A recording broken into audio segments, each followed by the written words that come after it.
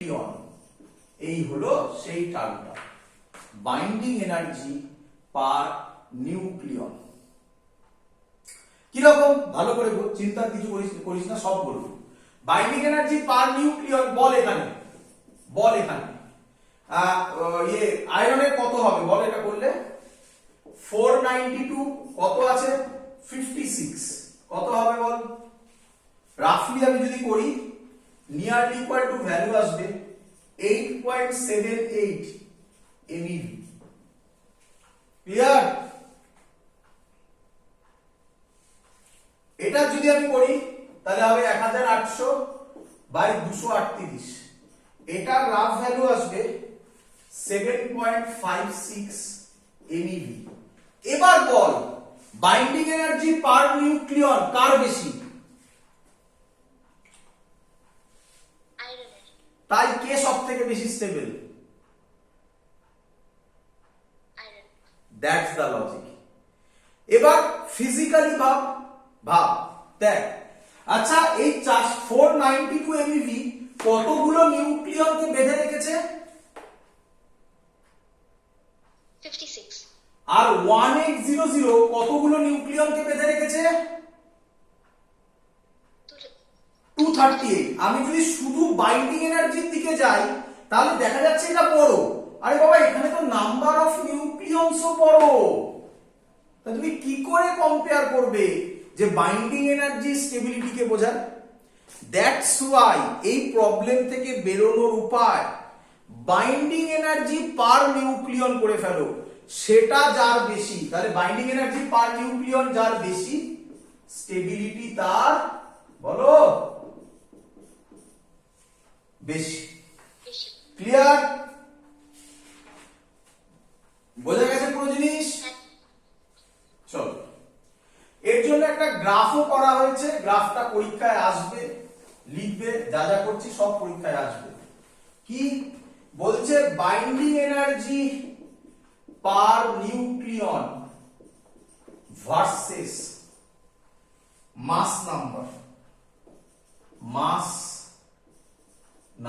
Graph. তো graph করছি, আঁকবে সবাই, পরীক্ষায় ড্র করতে দেবে, আমি যেভাবে ড্র করছি সেভাবে ড্র করবে। তোমাদের কোনো কোনো বইতে এটা ভয়ঙ্কর ভাবে ড্র করা আছে, তোমরা ভেবে উঠতে পারো না যে স্যার এরকম গ্রাফ দেবে। স্যার 10 ইয়ার্সে প্রচুর বার এসছে, ড্র বাইন্ডিং এনার্জি পার নিউক্লিয়ন ভার্সেস মাস নাম্বার গ্রাফ, প্রচুর বার আঁকতে হবে, যেভাবে আমি আঁকছি সেভাবে আঁকবে। দেখো করি, শুরু করি, এইভাবে করে নেবে। এটা 0, এটা 1, এটা 2, এটা 3, এটা 4, এটা 5, এটা 6। আরে খাতা পেন নিয়েও তোমাকে তো আঁকতে হবে পরীক্ষার সময়, এইভাবেই আঁকবে। এটা 7, এটা 8, এটা 9। চলো দেখো এবার আমি কিভাবে করছি। এর ভ্যালু হবে রাফলি শুরু হবে 1.1 থেকে, এইখান থেকে শুরু হবে 6 অবধি যাবে। আচ্ছা প্রথমে আগে টেনে নাও, এটা প্রথমে আগে এরকম টেনে নেবে এটাকে। এটা রাফ ভ্যালু 8.8। আচ্ছা, আর একটা 8 এর ঠিক ধারে টানবে, এটা রাফ ভ্যালু হয় 7.6, এটা 7.6। এগুলো খুব ইম্পর্টেন্ট, তোমাদের বইতে 8.8 7.6 দেওয়া নেই, এগুলো আমি করছি তোমার সুবিধা হবে, তাই তো গ্রাফ ড্র করতে প্রবলেম হবে। ক্লিয়ার? এত অবধি সবার বোঝা গেছে? যখন এই গ্রাফ তোমরা বই দেখবে, দেখে মনে হবে কিভাবে আঁকবো স্যার, আমার এই ভিডিওটা দেখবে একদম ক্লিয়ার হয়ে যাবে। কি করছি দেখো, 1 থেকে শুরু করব, প্রথম 6 এর একটু উপরে গিয়ে নামাবো,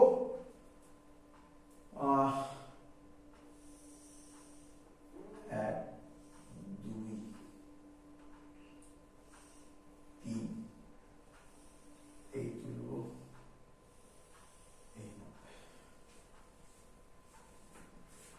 ক্লিয়ার সবার গ্রাফ? এতটাই সহজ, আর একটু ভালো করে করে দাও।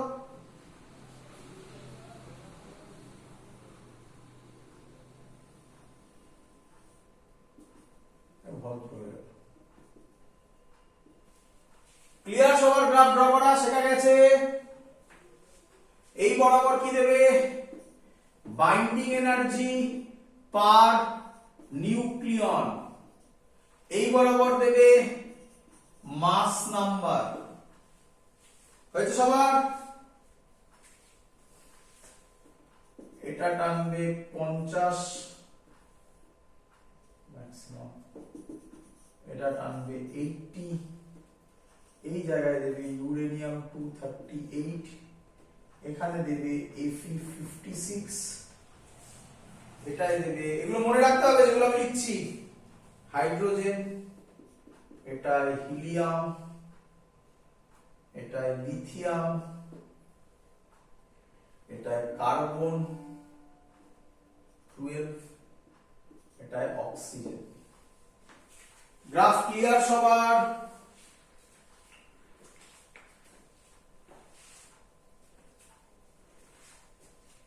এবার বোঝাবো গ্রাফের মানে কি। পয়েন্টগুলো একবার বলে দেবে? কোন পয়েন্টগুলো? আয়রন, ইউরেনিয়াম কোথায় কোথায় আছে? দেখা যাচ্ছে না, ছোট ছোট লেখা হয়ে গেছে। হ্যাঁ বাবা, কোনটা বললে?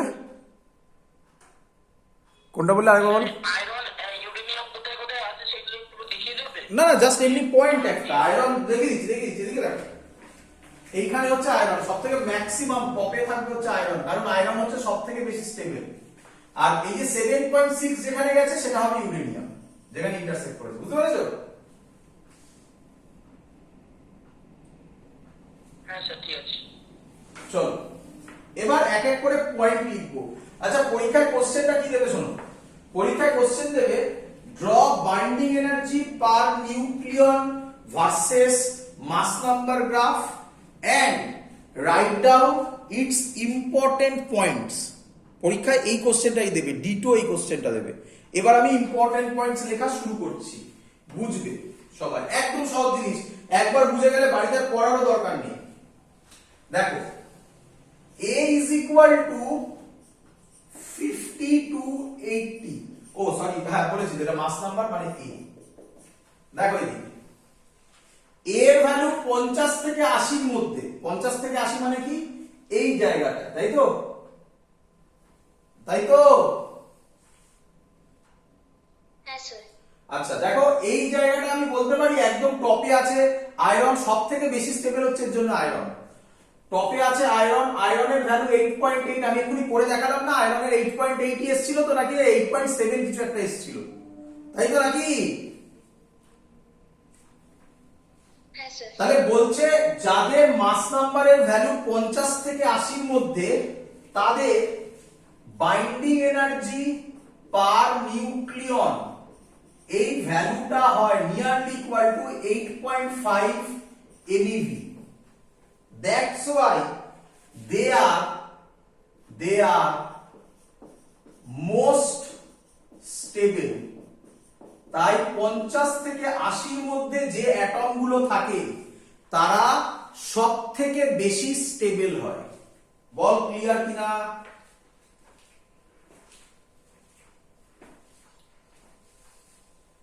হ্যাঁ স্যার। চল নাম্বার 2 পয়েন্ট কি বলছে? Number 2 point, Fe56 has highest binding energy per nucleon। কত?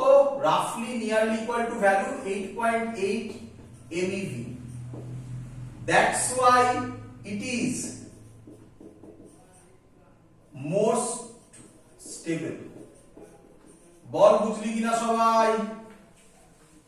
তাই আয়রন 56 তার বাইন্ডিং এনার্জি পার নিউক্লিয়ন সবার মধ্যে ম্যাক্সিমাম, রাফলি 8.8 এর কাছে তার ভ্যালু হয়। তার জন্য সেটা সব থেকে বেশি স্টেবল যত অ্যাটম আছে তাদের মধ্যে। ক্লিয়ার? হ্যাঁ স্যার। চল এবার দেখ, এবার খুব ইম্পর্টেন্ট পয়েন্ট বলতে চাইছি, যাচ্ছি। মুছে দিলাম 1 আর 2, কারণ আমার লেখার জায়গা নেই, মুছতে হবে আমাকে। মুছে দিই? হ্যাঁ স্যার। হ্যাঁ স্যার। বলছে 3 নম্বর পয়েন্ট কি কি বলছে 3 নম্বর point A greater than 80 the binding energy per nucleon decreases বল বুঝলি কিনা গ্রাফের দিকে তাকা decreases এবং ডিক্রিজ যেটা করছে slowly decreases slowly কি তাই তো নাকি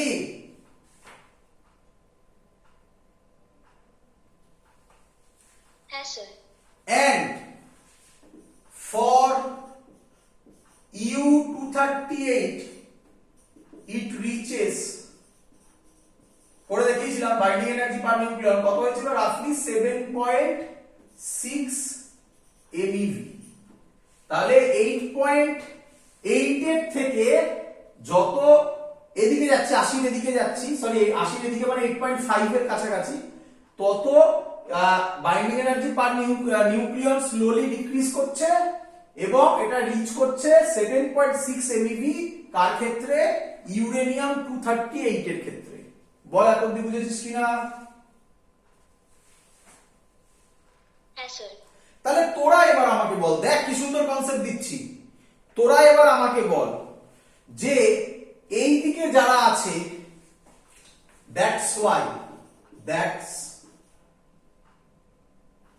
that's why heavy nucleus আমি কি বলতে পারি A greater than 80 মানে নিউক্লিয়াস হচ্ছে হেভি নিউক্লিয়াস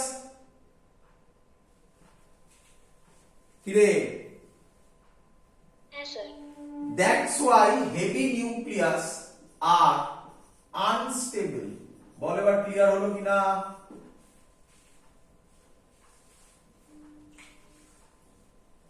Yes, sir. এবার ভাব তাহলে যদি কোনো অ্যাটম সে কোনো নিউক্লিয়াস আনস্টেবল হয় ও কি করতে চাইবে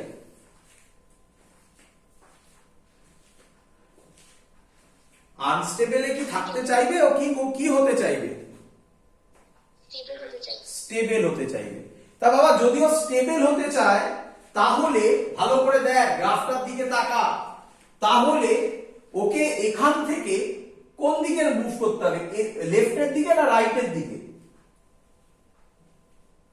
Left এর দিকে। ভেরি গুড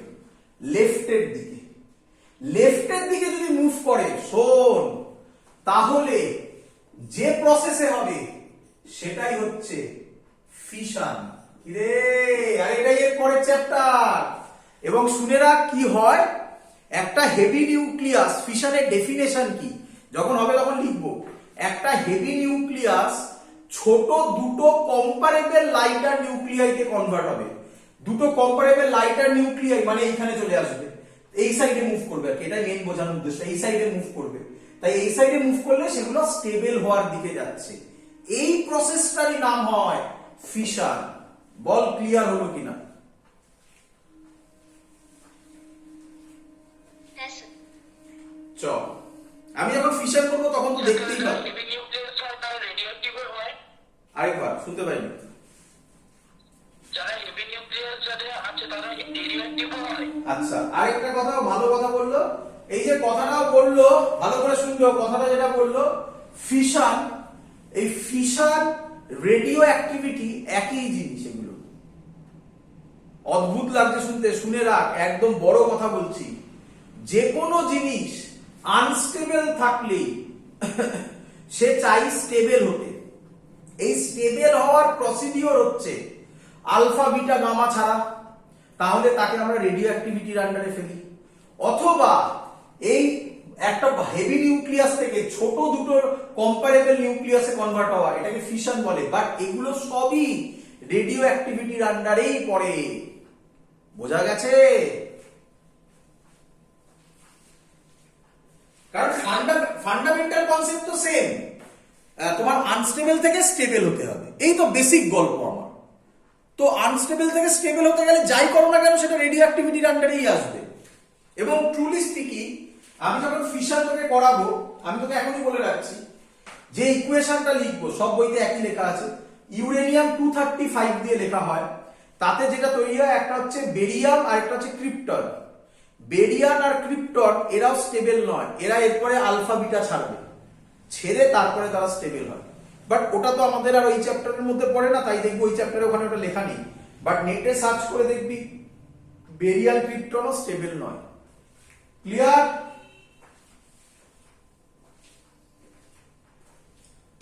হ্যাঁ স্যার। চলো আচ্ছা 4 নম্বর পয়েন্ট লিখবো। 4 নম্বর পয়েন্ট লিখতে গেলে আমাকে মুছতে হবে। 4 নম্বর পয়েন্ট লিখবো। কি বলছে 4 নম্বর point?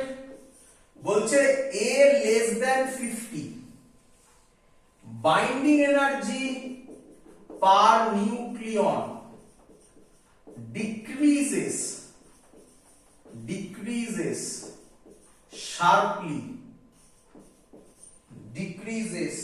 sharply and reached 1.1 MeV for hydrogen H2। বল সবাই বুঝলি কিনা এত অবধি? দেখ এদিকে, দেখ 50 এর এদিকে লেস দেন, সেখানে দেখ এটা ডিক্রিজ করছে। এটা যেমন স্লোলি ডিক্রিজ করেছিল, এ ভদ্রলোক শার্পলি ডিক্রিজ করছে। দেখ 50 এর পরে কি রে?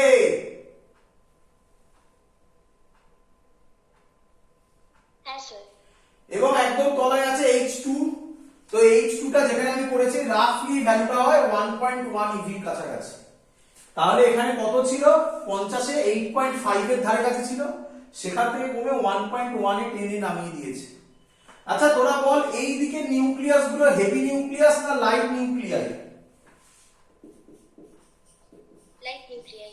তাহলে this light nuclei are also কি হবে বল? স্টেবল না আনস্টেবল? আনস্টেবল। আনস্টেবল। তাহলে ওরা কি হতে চাইবে? স্টেবল হতে চাইবে। স্টেবল হতে গেলে কোন দিকে যাবে? লেফটে তো আর জায়গা যাওয়াই নেই, কোন দিকে যাবে? Right hand side. Right hand সাইডে যেতে যাবে। তার মানে কি আমি বলতে পারি মেলা, লজিক মেলা, লাইট নিউক্লিয়াই গুলো এবারে জোড়া লাগবে, লেগে ওর থেকে হেভি নিউক্লিয়াস করার চেষ্টা করবে। এই প্রসেসটারই নাম হবে ফিউশন। কি রে, তাই না? কনসেপ্ট ক্লিয়ার হলো? ফিশন ফিউশন কেন হয়? হ্যাঁ স্যার। বোঝা গেছে সবার? তাহলে আবার ভাব, ফিশন হচ্ছে যখন হেভি নিউক্লিয়াস ভেঙে ছোট নিউক্লিয়াস হওয়ার চেষ্টা করবে, কারণ ওকে লেফটে মুভ করতে হবে গ্রাফ ওয়াইজ। তাই বড় ভেঙে ছোট হওয়া তার নাম ফিশন। আর এ তো লাইট হয়ে পড়েই আছে, একে স্টেবল হতে গেলে রাইটে মুভ করতে হবে। রাইটে মানে তাকে হেভি হতে হবে যা আছে তার কম্পেয়ারে। তাহলে তাকে কি হতে হবে? জোড়া লাগতে হবে। তাই জোড়া লাগা মানে হচ্ছে ফিউশন। Fission fusion. ক্লিয়ার একদম? হ্যাঁ স্যার। আচ্ছা আর কিছু পয়েন্ট আছে একটু লিখে নাও। এগুলোই মেইন পয়েন্ট, এই 4টে পয়েন্টই মেইন পয়েন্ট। কি লিখতে পারো আর? helium 4 is comparably, একটাই দিয়েছি আর এগুলো আছে, আমি আর এগুলো দিইনি কারণ আরো মনে রাখতে হবে। helium 4 is comparably more stable than lithium। বল সবাই বুঝলি কিনা? আরে বাবা, লিথিয়াম তলায় আছে, হিলিয়াম তার উপরে আছে। তাহলে হিলিয়াম আর লিথিয়ামের মধ্যে কে কম্পারেবলি মোর স্টেবল হবে?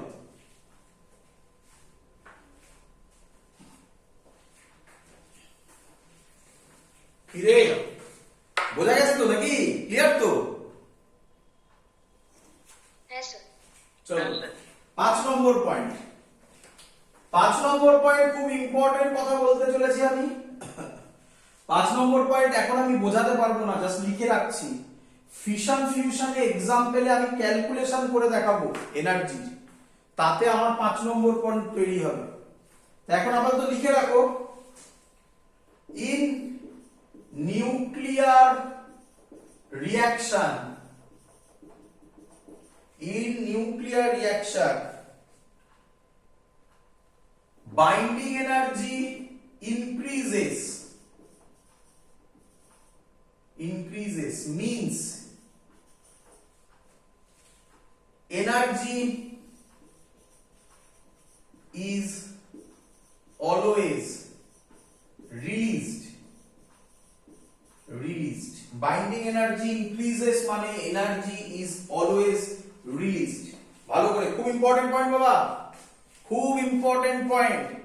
যদি দেখা যায় বাইন্ডিং এনার্জি বাড়বে, তাহলে তোমাকে আমি দেখাবো, পরের দিন দেখাবো আমি এটা, যে energy is always release. Fission ফিউশনই দেখানো যাবে সেটা। এনার্জি ইজ অলওয়েজ রিলিজড হবে, আর অ্যাবজর্ব হবে অবভিয়াসলি ডিক্রিজেস হলে। আরে এটাই তো কেমিস্ট্রি যেটা বলছিলাম, এক্সোথার্মিক এন্ডোথার্মিকের গল্প। ক্লিয়ার?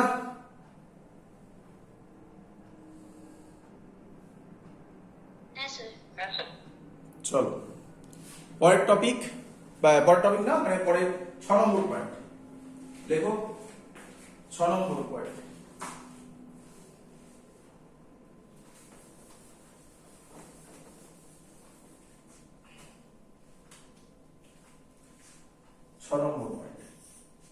ছ নম্বর পয়েন্ট হচ্ছে actual definition of fission.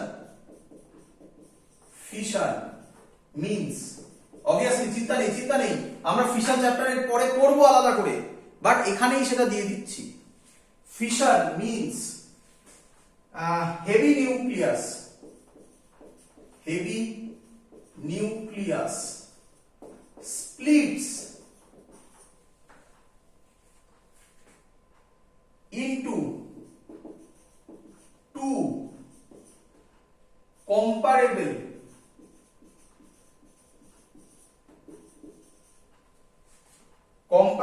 smaller nuclei,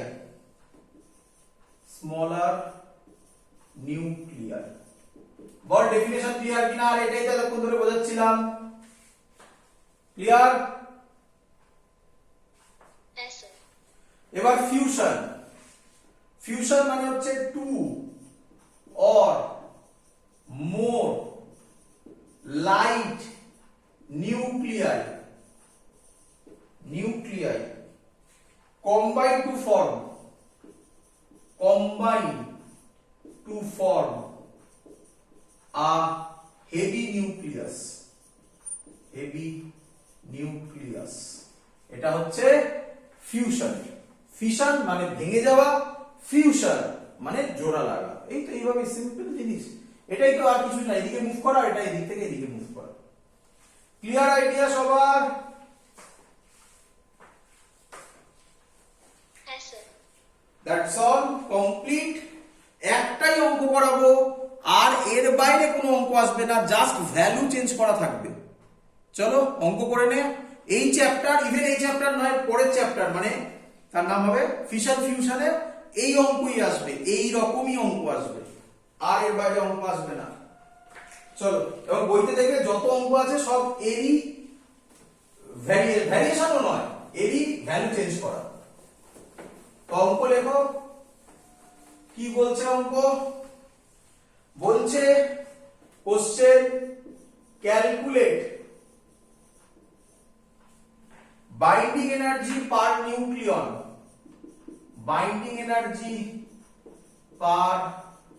nucleon, of calcium 40-20 nucleus. Calcium 40-20, ব্যাস আর কিছু দরকার নেই। কি ভ্যালু দেওয়া আছে? মাস অফ ক্যালসিয়াম 40-20 এর ভ্যালু দেওয়া আছে 39 পয়েন্ট, এরকমই থাকবে ভ্যালু, 962589 AMU। কোনো অ্যাপ্রক্সিমেশন করবে না, কারণ অল্প একটু অ্যাপ্রক্সিমেশন এখানে হিউজ চেঞ্জ হয়ে যাবে। আর কি দেওয়া আছে? মাস অফ নিউট্রন দেওয়া আছে 1.008665 AMU। আর কি দেওয়া আছে? মাস অফ প্রোটন দেওয়া আছে 1.00782 AMU ক্লিয়ার? Yes, sir. তোমাকে বলেছে ক্যালকুলেট বাইন্ডিং এনার্জি পার নিউক্লিয়ন। কিভাবে করবে দেখে নাও।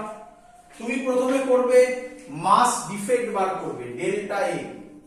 ডেল্টা এম এর formula sir শিখিয়েছিল ZMP plus A minus Z Mn ব্র্যাকেটের মধ্যে minus M capital N into C square. বলো সবার ক্লিয়ার কিনা? Yes, sir. Sorry delta M করেছি, সি স্কয়ার কি করে হবে, তাই না? তারপরে এটা একবারে লেখা যেত, তাহলে ডেল্টা ই করে দিতাম, তাই তো? Yes, sir. চলো জেড কে বলবে ক্যালসিয়াম 40-20, কে বলবে কতগুলো প্রোটন আছে? 20. 20 ইনটু এমপি, মানে এমপি কত 1.00782 প্লাস এ মাইনাস জেড, এ কত এ হচ্ছে এ মাইনাস 0 মানে হচ্ছে 20 নাকি, ইনটু mn হবে 1.00865, এটা অ্যাড করবে মাইনাস mn মানে হচ্ছে এটা 39.962589, অ্যানসার আসবে AMU তে। এটা বাড়িতে যদি তুমি ক্যালকুলেট করতে হবে, তাহলে তার ভ্যালু বেরোবে। সিবিএসসি লোকেদেরও হাতে করতে হবে, এটা সিবিএসসি এর কোশ্চেন দিয়েছি 2 বছর 2004-2002 তে এসেছিল এই কোশ্চেনটা। 0.367211 AMU clear?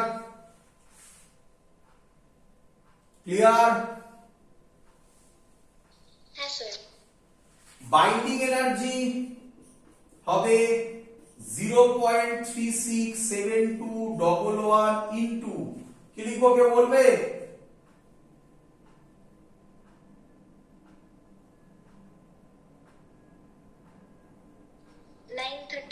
Very good 931.5 MeV। প্রচুর লোক এখানে সি স্কয়ার লিখে সি এর ভ্যালু বসালে কিন্তু তাহলে সেই কিসে গেলাম তাহলে আর আজকে। তো একদম ডাইরেক্ট এটা করবে, এটার ভ্যালু বেরোবে বাড়িতে যদি করো 341.87 MeV। এখনো শেষ হয়নি, এটা বাইন্ডিং এনার্জি বেরোলো। বাইন্ডিং এনার্জি পার নিউক্লিয়ন, কেউ আমায় বলবে কতগুলো নিউক্লিয়ন আছে? 341.87 কতগুলো আছে? 40। এটা যদি করো রাফলি ভ্যালু বেরোবে 8.547 MeV। এবং তোমরা বুঝতেই পারছো ওই যে 50 বলেছি, 50 মানে 40এও প্রায় 8.5 থাকছে। তো এরকম থাকে, ওগুলো তো রাফ ভ্যালু বললাম, এরকম থাকে। অনেক বইতে ওটা লেখা আছে 20 এর পর। আমি যেটা 50 থেকে 50 to 80 বলেছি, ওটা অনেক বইতে 20 থেকে না, হ্যাঁ 20 থেকেই অনেক বইতে মনে হয় বলা আছে। 20 না, অতটা নয়, ওই 40 থেকে বলা আছে অনেক বইতে।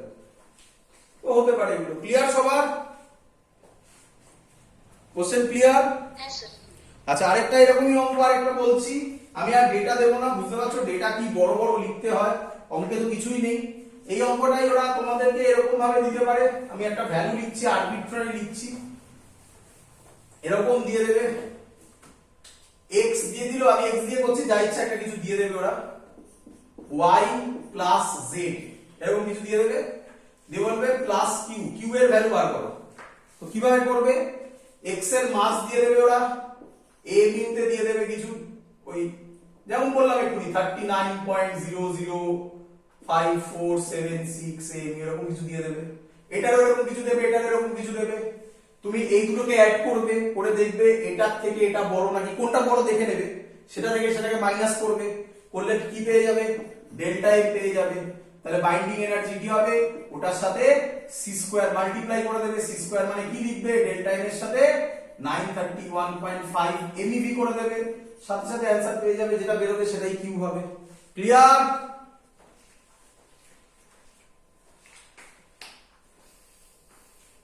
Yes, sir. That's all. এই হলো আমাদের এই চ্যাপ্টারের এন্ড। আমাদের লাস্ট চ্যাপ্টার সেটা হচ্ছে নিউক্লিয়ার ফিশন ফিউশন। তো আজকে আমি খানিকটা শুরু করে দিচ্ছি, কারণ ফিশন ফিউশনে প্রচুর লেখা আছে। তো আজকে তার মধ্যে থেকে দুটো ইম্পর্টেন্ট পার্ট আজকে করিয়ে দিচ্ছি, বাকিগুলো নেক্সট দিন করব। করলে আমাদের এই পোর্শন শেষ হয়ে যাবে। তারপরে আমরা আবার ওয়েভ অপটিক্স করব, করে আবার ব্যাকে আসবো। ওয়েভ অপটিক্স করলেই মেইনলি সব কাজ শেষ। চলো, তো তার আগে শুরু করছি fission fusion. But fission fusion করার আগে এখান থেকে একটা ছোট জিনিস আসে, খুব দেয়, লিখবে pair production. What is pair production? লিখবে pair production. It is a process. It is a process in which photons or energy, in which photons or energy is converted into matter, is converted into matter. মানে সহজ কথা, এটাই হচ্ছে E = mc² এর basic কথা। কি? It is the process in which photons or energy is converted into matter. এটাই তো বলছিলাম, এনার্জি মাসে কনভার্ট হবে, মাস এনার্জি উল্টোটার নাম পেয়ার অ্যানিহিলেশন। লিখবো একটু বাদে, পেয়ার প্রোডাকশন হয়ে যাবে। তারপরে কি লিখবে? when a photon or gamma ray, photon or gamma ray, এই গামা রে এনার্জি কত হবে? Greater than 1.02 MeV। এটা শর্ট কোশ্চেনে দেয়, পরে বলছি এটা এনার্জি কিভাবে এলো। when a photon or gamma ray passes near a nucleus, passes near a nucleus, it converted into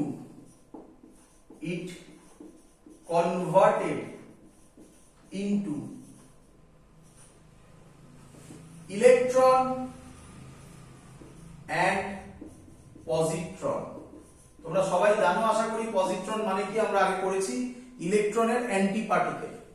তাহলে তার যদি ইকুয়েশন লিখি, তাহলে গামা ফোটন মানে h নিউ কিসে কনভার্ট হচ্ছে? Beta 0 -1 electron, beta 0 +1 positron. তাহলে কি ছিল? এনার্জি ছিল, তার কোনো মাস ছিল না, কোনো চার্জ ছিল না,